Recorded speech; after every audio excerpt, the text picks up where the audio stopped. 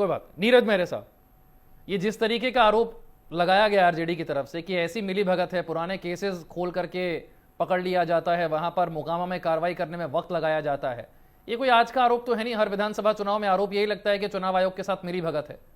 इस बार भी कोशिश तो पूरी की गई एसआईआर और वोट चोरी करके साबित करने के, लेकिन अब तक तो कुछ हुआ नहीं ऐसा। निश्चित रूप से विशाल जी, भारतीय जनता पार्टी को छोड़ के चुनाव आयोग पे सारे राजनीतिक दल आरोप लगाते रहे हैं कि आपकी साठगांठ है या तमाम चीजें हैं।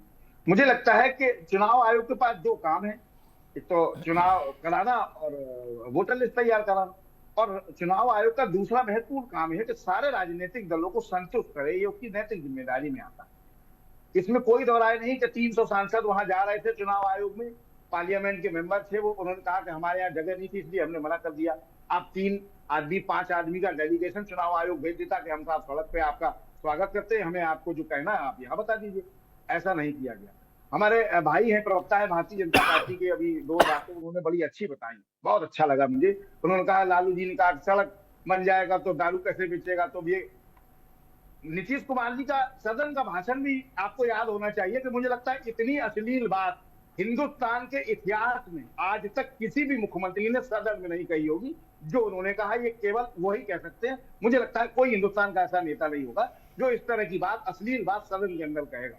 मुझे लगता है आपको याद होगा तमाम ऐसी चीजें जो मैं फिर वही आता हूँ। आप महंगाई, बेरोजगारी, पढ़ाई, शिक्षा, सड़क, बिजली, पानी की बात नहीं कर रहे। अरे वो सब डाल दिया ना घोषणा पत्र में नीरज जी, वो घोषणा पत्र तक सीमित है, वो डाल दिया सब घोषणा पत्र में सभी पार्टियों ने। घोषणा पत्र में तो 10 साल से आप लगातार डाल रहे हैं। 2 करोड़ लोगों को रोजगार, 15 लाख लोगों को आ जाएगा, 80 करोड़ लोगों को। आप 5 आदमी बता दीजिए, 500 आदमी जिसको 80 करोड़ 10 साल में कम कर पाए हो।